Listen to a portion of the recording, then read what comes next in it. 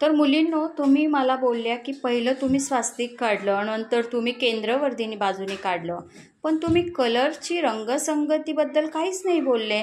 Ma'am, इकडे जे मध्यभागी आपण स्वास्तिक काढलेला आहे तिकडे आपण ऑरेंज कलर दिलेला आहे आणि इकडं येलो दिलेला आहे त्याच्या साईडला, आणि मग वापस ऑरेंज दिलाय आणि ग्रीन दिलाय इकडं जिथं केंद्रवर्धिनी काढलेला आहे. गोपद्माच्या आत ब्लू दिलेला आहे आणि कमळाच्या आत हे दिलेलं आहे गुलाबी, आणि इथे येलो दिलेला आहे शृंखलाच्या आत. बरं, एकंदर म्हणजे तुम्हाला ही रांगोळी काढताना सफेद रांगोळी म्हणजे पांढरी रांगोळी मुख्य वापरायची आहे आणि रंगसंगती तुम्हाला पहिलं करून घ्यायची आहे, बरोबर ना?